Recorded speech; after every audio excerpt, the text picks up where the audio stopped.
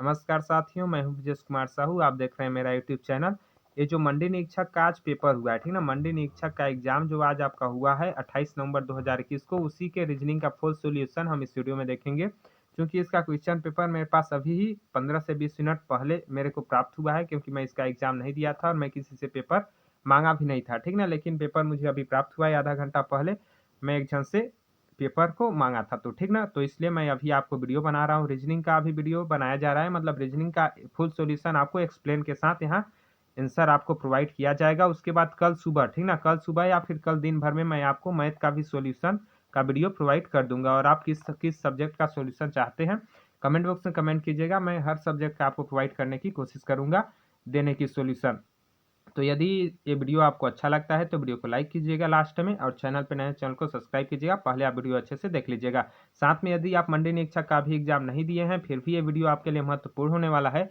क्योंकि ये जो पेपर है आपका किसका है, सीजी व्यापम का है, ठीक ना। और 2021 में सीजी व्यापम का पहला एग्जाम है। तो इस पेपर को देख के आपको अंदाजा लग सकता है कि किस टाइप का पेपर आ रहा है, प्रश्न आपके पास पूछे जा रहे हैं। तो आने वाली जो एग्जाम है आपके सम परीक्षक का, किसका आने वाली जो एग्जाम है आपके सम परीक्षक का, वन क्षेत्रपाल का, क्षेत्र रक्षक का, जिस भी आप व्यापम की परीक्षा की तैयारी कर रहे हैं, सभी के लिए ये वीडियो आपको अच्छा होगा, महत्वपूर्ण होगा। क्योंकि प्रश्न आपको पता होने चाहिए किस प्रकार के प्रश्न व्यापम द्वारा पूछे जाते हैं। तो चलिए वीडियो सबसे पहले यहाँ देखिए 15 प्रश्न आए हुए थे 15 नंबर के, जिसमें का है पहला प्रश्न है 91, ठीक ना। 50 के बाद 15 प्रश्न रीजनिंग के आए हुए थे, जिसमें देखिए पहला प्रश्न क्या है, सी एक्स विलुप्त अक्षरों को ज्ञात कीजिए। विलुप्त अक्षर ज्ञात करना है। अब आप यहाँ ध्यान से देखें, पहले सी एक्स है, फिर एफ यू है, फिर आई आर, आगे क्या होगा, ठीक ना। तो आप पहले देखिए, तो देखिए पहले क्या है, सी है, सी का नंबर कितना होता है, 3 होता है। उसके बाद क्या है आपका एफ है, एफ का नंबर कितना होता है, 6 होता है, ठीक ना। उसके बाद क्या है, आई है, आई का नंबर कितना होता है, 9 होता है। इतने में आप समझ रहे होंगे, 3 और 3 6, 6 और 3 9, तो 9 और 3 कितना हो जाएगा, 12। मतलब पहले में कितना आ जाएगा आपका जो आंसर आएगा, उसमें पहला नंबर में क्या आएगा, 12। 12 किसका होता है, एल का। मैं इसको कोडिंग कर रहा हूँ, आपको नहीं आता होगा, मैं बताता हूँ। ए से जेड तक यदि आप कोडिंग नंबर याद कर लेंगे, ठीक ना, ए से जेड तक का कोडिंग नंबर याद कर लेंगे, तो आप आसानी से कोई भी सवाल को कोडिंग डिकोडिंग की आसानी से हल कर लेंगे। नंबर याद करने का मैं एक ट्रिक का वीडियो भी बनाया हुआ हूँ, ठीक ना। वो आप मेरे रीजनिंग के प्लेलिस्ट में जाकर देख सकते हैं। तो इसमें देखिए सी का नंबर 3 होता है, तो यहाँ 3 लिखा है। एफ का नंबर 6 होता है, तो 6 लिखा। और आई का नंबर 9 होता है, तो 9, ठीक ना। 3 6 9, तो लास्ट में 12 हो जाएगा। के का नंबर 11 होता है, तो ये तो हो नहीं सकता। के का नंबर 11 होता है, ये भी नहीं हो सकता। अब ये दोनों हो सकते हैं, तो आप दूसरे नंबर का देखिए। दूसरा में क्या है, एक्स है आपका, ठीक ना। एक्स का नंबर कितना होता है, 24 होता है, ठीक। उसके बाद क्या है आपका यू है, यू का नंबर कितना होता है, 21 होता है। उसके बाद आर है, आर का नंबर कितना होता है, 18 होता है। तो यहाँ देखिए -3 हो रहा है, क्या हो रहा है यहाँ, -3 हो रहा है। तो 18 से -3 होगा तो कितना होगा आपका, 18 से -3 होगा तो 15 हो जाएगा। अब 15 किसका होता है, 15 होता है आपका ओ का। किसका होता है, 15 ओ का होता है, ठीक ना। तो एल ओ इसका सही आंसर हो जाएगा। ऑप्शन नंबर डी में दिया हुआ है, ऑप्शन नंबर डी इसका सही आंसर हो जाएगा, एल ओ, ठीक ना। आप ऐसे भी कर सकते हैं, और ए बी सी डी से भी आप कर सकते हैं। लेकिन ए बी सी डी से आप करेंगे तो आपका टाइम ज़्यादा लगेगा।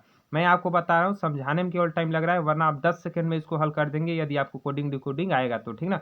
मैं भी कर दूंगा, लेकिन आपको समझाने में टाइम लग रहा है। और कोडिंग डिकोडिंग यदि आपको नहीं आता है, इसके नंबर याद आपको नहीं है, तो आपको यही क्वेश्चन 1 मिनट से अधिक लग जाएगा, ठीक ना। तो इस प्रकार से आप अच्छे से आसानी से उसको हल करेंगे यदि आपको कोडिंग आएगा तो। अगला प्रश्न दिया हुआ है आपका, विलुप्त पद याद कीजिए, ठीक ना। इसमें भी वही दिया हुआ है, देखिए इसमें क्या दिया हुआ है, 4 दिया हुआ है, फिर 9 दिया हुआ है, फिर 16 दिया हुआ है। बाकी आप छोड़िए, हटाइए, पूरा देखने की जरूरत नहीं है, बीच का देख लिए, हम समझ जाएंगे। देखिए 4 दिया हुआ है, फिर 9 दिया हुआ है, फिर 16 दिया हुआ है, ठीक ना। यदि इससे नहीं बनता है तो आगे देखेंगे। तो इसका मतलब क्या समझे आप, ये 2 का वर्ग है, ये 3 का वर्ग है, ये 4 का वर्ग है, तो आगे किसका वर्ग आएगा, 5 का वर्ग आएगा। आगे 5 का वर्ग आएगा, मतलब ये 27 दिया हुआ है। ऑप्शन नंबर सी हो नहीं सकता, ऑप्शन नंबर डी हो नहीं सकता, क्योंकि 25 आएगा लास्ट में, ठीक ना। 5 का वर्ग 25 आएगा। अब ये दोनों हो सकते हैं। तो अभी हमने देखा था क्या है यहाँ, सी, 3 के बाद यहाँ सी दिया हुआ है, सी के बाद एफ दिया हुआ है, एफ के बाद आपका आई दिया हुआ है, तो 3 6 9 दिया हुआ है, ठीक ना। 3 6 9, 9 के बाद 12 आएगा, तो दोनों में एल दिया हुआ है, तो एल को देखना भी हमारी मूर्खता होगी। हम लास्ट अंक को देखते हैं। लास्ट में यहाँ देखिए ए में पी दिया हुआ है, ऑप्शन नंबर बी में ओ दिया हुआ है, तो लास्ट को हम केवल देखते हैं। लास्ट में क्या दिया हुआ है, पहले एक्स दिया हुआ है, फिर आपका यू दिया हुआ है, फिर आर दिया हुआ है। एक्स का नंबर 24 होता है, यू का नंबर 21 होता है, आर का नंबर 18 होता है। प्रत्येक में -3 हो रहा है, तो 18 में -3 करेंगे तो 15 हो जाएगा, और 15 होता है आपका ओ का। तो लास्ट में ओ होगा और सही हो जाएगा, तो ऑप्शन नंबर बी आपका सही आंसर हो जाएगा, ठीक ना। इस प्रकार से आप आसानी से हल करेंगे। अगला हल किए होंगे, ठीक ना, आशा करता हूँ आप अच्छे सही हल किए होंगे। आगे देखिए आपके पास बोला गया है कि ये जो गोला है वो शिक्षित को दर्शाता है, ये जो त्रिभुज है वो डॉक्टर लोगों को दर्शाता है, और ये जो आयत है वो पुरुष वर्ग को दर्शाता है। क्या पूछा है? शिक्षित पुरुष। क्या? शिक्षित पुरुष। शिक्षित पुरुष कहने का मतलब जो गोला में भी है और जो त्रिभुज में भी है, सॉरी, शिक्षित पुरुष कहने का मतलब है जो गोला में भी है और जो पुरुष में भी है, ठीक ना, आयत में भी है। तो गोला और आयत में कौन कौन है? तो ई है और एफ है, ठीक ना, ई और एफ दोनों गोला और आयत में है, ठीक। लेकिन जो डॉक्टर है को प्रदर्शित करता है, अब डॉक्टर कौन है? त्रिभुज में, तो त्रिभुज में कौन है? ई व जी दो ठो है गोला, और आयत में उनमें से जी जो है वो त्रिभुज में भी है, और ई आपका जो है, एक मिनट, हाँ, ई जो है आपका आयत, गोला व त्रिभुज दोनों में है। शिक्षित, डॉक्टर व पुरुष दोनों में, तीनों में ई है, बाकी जी आपका केवल दो में है। तो ई आप इसका सही आंसर हो जाएगा ऑप्शन नंबर ए आपका, ठीक ना। तो ऐसे आप इसको समझ के हल किए होंगे। अगला प्रश्न जो आपका 54 नंबर का है, उसमें क्या दिया हुआ है समझिए। थोड़ा सा बड़ा कर देता हूँ इसका स्क्रीन आपको, ठीक। यहाँ बी दिया हुआ है, फिर जी, फिर एन, फिर डी दिया हुआ है, जे आर, उसके बाद जी दिया हुआ है, एन, यहाँ आगे क्या आएगा, ठीक ना। तो यहाँ खाली स्थान है, इन्होंने भर दिया है जिनका है। तो यहाँ देखिए इसका पैटर्न क्या है, हम नंबरिंग कर लेते हैं। यहाँ देखिए आपका क्या दिया हुआ है, 2 दिया हुआ है, बी का नंबर 2 होता है, फिर डी का नंबर, यहीं लिख देता हूँ आपका, बी का नंबर 2, डी का नंबर 4 और जी का नंबर 7 होता है। उसके बाद जी का नंबर 7 होता है आपका, जे का नंबर 10 होता है, फिर एन का नंबर 14 होता है, फिर एन का नंबर 14 होता है, आर का नंबर 18 होता है। आगे क्या आएगा देखिए, 2 4 7, ठीक ना, उसके बाद 7, उसके बाद आपका 10, उसके बाद 14। तो क्या हो रहा है यहाँ, +2 की वृद्धि, फिर +3 की वृद्धि, फिर यहाँ हो रहा है +3 की वृद्धि, फिर हो रहा है +4 की वृद्धि, फिर यहाँ क्या हो रहा है +4 की वृद्धि, अब क्या हो जाएगा +5 की वृद्धि। तो 18 और 5 कितना हो जाएगा, 23 हो जाएगा, और 23 किसका होता है? तो डब्लू का होता है, ठीक ना। तो ऑप्शन नंबर सी आपका सही आंसर हो जाएगा, डब्लू। यदि आप ऐसे नंबर वाइज करेंगे तो आपको 20 सेकंड में हल हो जाएगा, और यदि आप एबीसीडी के हिसाब से हल करेंगे तो आपको 1 मिनट से ज़्यादा लगेगा, ठीक ना। इसलिए नंबर आप से हल किए होंगे तो आप खुद ही आपको पता होगा कि टाइम बहुत ही कम लगता है, ठीक ना। आगे अगला प्रश्न है आपका, विलुप्त संख्या ज्ञात कीजिए। अब इसमें देखिए, इसमें विलुप्त संख्या है, तो विलुप्त संख्या में आपको क्या देखना है, नीचे देखिए आप छोटा छोटा अंक दिया हुआ है और ऊपर बड़ा बड़ा अंक दिया हुआ है। तो आप जब कोई भी छोटा अंक दिया हुआ हो और बड़ा अंक दिया हुआ हो, तो वो बड़ा अंक कैसे आएगा आपका, गुणा करेंगे तभी आएगा। तो हम इन दोनों को जोड़ लेते हैं, 25 व 17 को, कितना होता है आपका, जोड़ लेते हैं 25 और 17, 25 और 17 कितना होता है, 25 10 35 7 42 होता है। अब 42 को 6 से भाग देते हैं तो कितना आता है, 7 आता है, आया 7, ठीक ना। अब इसमें भी वही देख लेते हैं, इसमें 38 व 18 को जोड़ते हैं, ठीक ना, 38 व 18 को जोड़ते हैं तो कितना आता है, 38 18, 38 10 48 60 56 आता है। इसको अब नीचे 8 दिया हुआ है, 8 से भाग देते हैं तो कितना आता है, 7 आता है, ठीक ना। 7 आता है, मतलब दोनों में भाग देने पर क्या आ रहा है, 7 आ रहा है, ठीक ना। मतलब हम यदि 56 को 7 से भाग दे दे तो 8 आ जाएगा, 42 को 7 से भाग दे दे तो 6 आ जाएगा। उसी प्रकार इन दोनों को जोड़ देते हैं, 89 को में 16 जोड़ देते हैं, ठीक ना। तो कितना आता है, 9 6 15 आ जाएगा आपका, 8 1 9 1 10 आ जाएगा, 105 आ गया, ठीक ना। अब 105 को हम 7 से भाग दे देते हैं, जितना आएगा वो आपका आंसर हो जाएगा, ठीक ना। 7 एकम 7 हो जाएगा, 7 पन्ना 35 आ जाएगा, 15 आ गया तो 15 आपका आंसर हो जाएगा, क्योंकि सभी में भाग देने पर 7 आ रहा था, और 42 को 7 से भाग देते तो 6 आ जाता, 56 को 7 से भाग देते तो 8 आ जाता। उसी प्रकार 105 को 7 से भाग दे देते हैं तो जो आएगा वो आ जाएगा, 15 आ गया तो 15 सत्ते कितना होता है, 105, ठीक ना। तो इस प्रकार आपका option number B correct answer हो जाएगा इसका 15। अगला सवाल देखते हैं। अगला सवाल है आपका, यदि प्लस का उपयोग भाग के लिए, माइनस का उपयोग गुणा के लिए और भाग का उपयोग प्लस के लिए, गुणा का उपयोग माइनस के लिए किया जाए तो इसके बराबर क्या अंक होगा, ठीक ना। मतलब यहाँ आपको चिन्ह को बदलना है। तो यहाँ देखिए सबसे पहले क्या दिया हुआ है, 63, ठीक ना। 63 के बाद क्या दिया हुआ है, गुणा। अब गुणा को हमको बदलना किस में है, गुणा को अपने को बदलना है माइनस में, गुणा का उपयोग माइनस के लिए किया जाए। तो 63 माइनस हो जाएगा आपका 24, ठीक ना। उसके बाद क्या दिया है, प्लस। प्लस को किस में चेंज करना है, प्लस के लिए यहाँ प्रयोग करना है आपका, प्लस के लिए भाग का प्रयोग करना है। तो 24 भागित हो जाएगा आपका 8, ठीक।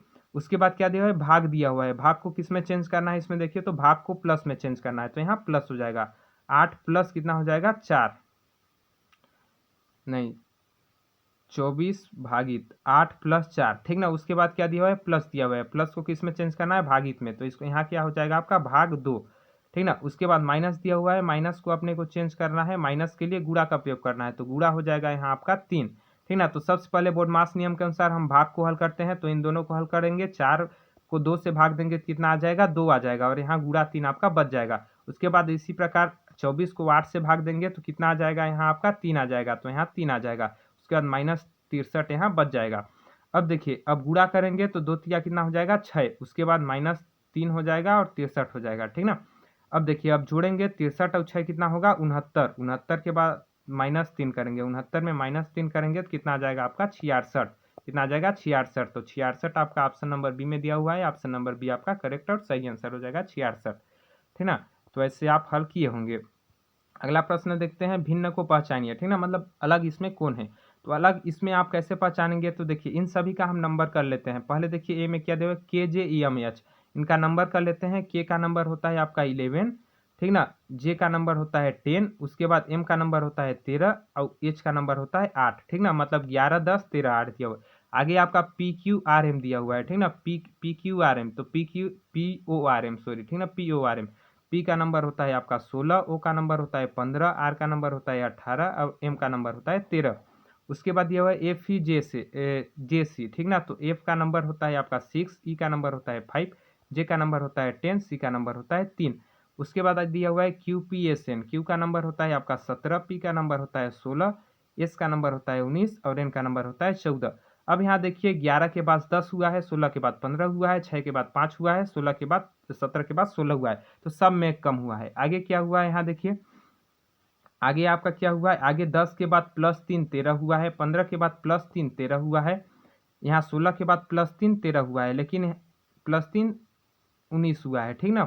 लेकिन यहाँ देखिए 5 के बाद +5 10 हुआ है, क्या 5 के बाद +5 हुआ है तब ना 10 हुआ है। तो इन तीनों में क्या हुआ है, +3 हुआ है, लेकिन तीसरे वाले में +5 हो गया है, तो ये तीसरा वाला जो है आपका सही आंसर हो जाएगा। इसका ए अलग है, ठीक ना, भिन्न है। तो इस प्रकार से आप नंबर करेंगे, आसानी से आप इसका आंसर ले लाएंगे। अगला प्रश्न देखते हैं, विलुप्त संख्या को ज्ञात कीजिए। विलुप्त संख्या ज्ञात कीजिए, क्या दिया हुआ है, 3, 6, 18, 72। सिंपल सरल है आपका, 3, 6, 18, 72 दिया हुआ है। मैं इसको बड़ा कर देता हूँ और आपको दिखाता हूँ। देखिए 3, 6, 18, 72 दिया हुआ है, मतलब क्या है, 3 दूना 6, 6 तिया 18, 18 चको 72, मतलब यहाँ 2 गुणा है, यहाँ फिर 3 गुणा है, ठीक ना।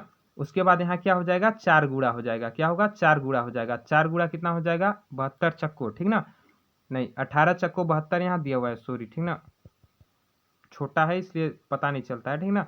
यहाँ देखिए 18 गुणा 4, ठीक ना, गुणा 4, 18 चक्को 72 दिया हुआ है, तो यहाँ कितना हो जाएगा, गुणा 5 हो जाएगा। कितना होगा, 5 दूना 10 हो जाएगा, 7 पना 35 और 1 36 हो जाएगा, मतलब 360। 360 ऑप्शन नंबर डी में दिया हुआ है। ऑप्शन नंबर डी आपका सही आंसर हो जाएगा, 360। अगला प्रश्न आपका दिया हुआ है, विलुप्त संख्या ज्ञात कीजिए। अब यहाँ आप समझिए, विलुप्त संख्या ज्ञात कीजिए, लेकिन यहाँ आपका ईमानदारी किधर से लगेगा, आप किधर से हल करेंगे, आप खुद ही देख के पहचान सकते हैं कि इसमें किधर से हल करेंगे तो हम आसानी से हल कर लेंगे।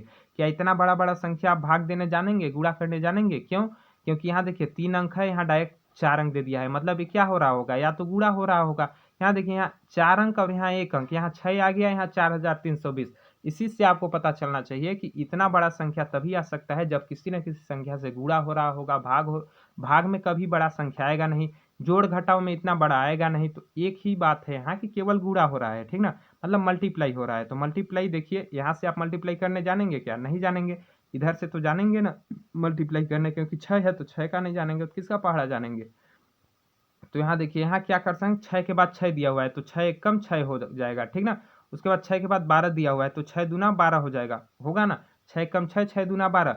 फिर यहाँ 36 दिया हुआ है तो 12 तिया 36 हो जाएगा। देखिए गुणा 1 गुणा 2 गुणा 3, तो 36 यहाँ क्या हो जाएगा, गुणा 4 हो जाएगा, यही ना होगा, यहाँ गुणा 4 हो जाएगा, यहाँ गुणा 4 हो जाएगा, गुणा 3 के बाद गुणा 4। तो 36 चक्को कितना होता है आपका, 36 गुणा 4 कर दीजिए, यहाँ 6 चक्को 24 हो गया, 4 तिया 12 2 14 हो गया, 144। 144 ऑप्शन नंबर ए में दिया हुआ है, ऑप्शन नंबर ए आपका सही आंसर हो जाएगा, 144। अगला प्रश्न पहचानते हैं, ठीक ना, इसको छोटा कर लेता हूं क्योंकि ऑप्शन नहीं दिखेगा। यहाँ देखिए क्या बोला है, यहाँ कि सही दर पर प्रतिबिंब को पहचानना है, ठीक ना, सही दर्पण प्रतिबिंब को पहचानना है। लेकिन यहाँ एक बात आप ध्यान दीजिएगा, तो यहाँ आपको दर्पण का चिन्ह नहीं दिया हुआ है। एक बात देखिएगा, दर्पण का चिन्ह नहीं दिया हुआ है तो ये प्रश्न 50% आपका रोंग इसको बोल सकते हो, 50% केवल रोंग लेकिन बोल सकते हो, ठीक ना, 100% नहीं बोल सकते, क्योंकि दर्पण का चित्र देता है, या तो दर्पण इधर से भी हो सकता है, या फिर दर्पण इधर से भी हो सकता है, दर्पण इधर से भी हो सकता है, दर्पण इधर से भी हो सकता है। बताया होता इस प्रश्न में तब ना कि दर्पण कहाँ है। फिर भी यदि हम माने तो दर्पण को हम डायरेक्ट इधर ही मानेंगे, ठीक ना, क्योंकि अधिकांश दर्पण को हम दाहिने तरफ ही मानते हैं यदि नहीं दिया रहता है तो, ठीक ना। तो दाहिने तरफ दर्पण करेंगे तो ये इसका प्रतिबिंब कैसा दिखेगा, तो यहाँ समझिए आप कैसा दिखेगा। हम ऑप्शन से भी आराम से पहचान सकते हैं। यदि हम दर्पण को यहाँ रखते हैं, ठीक ना, तो इसका प्रतिबिंब कैसे दिखेगा, जैसे हम ए को दर्पण में देखते हैं, ठीक ना, तो कैसा दिखता है, उल्टा दिखता है। उल्टा दिखता है मतलब ऐसे ही दिखता है, ए केवल बायां पोर्शन दायां हो जाता है और दायां पोर्शन बायां होता है। दर्पण में क्या होता है, केवल बायां पोर्शन दायां होता है और दायां पोर्शन बायां में होता है।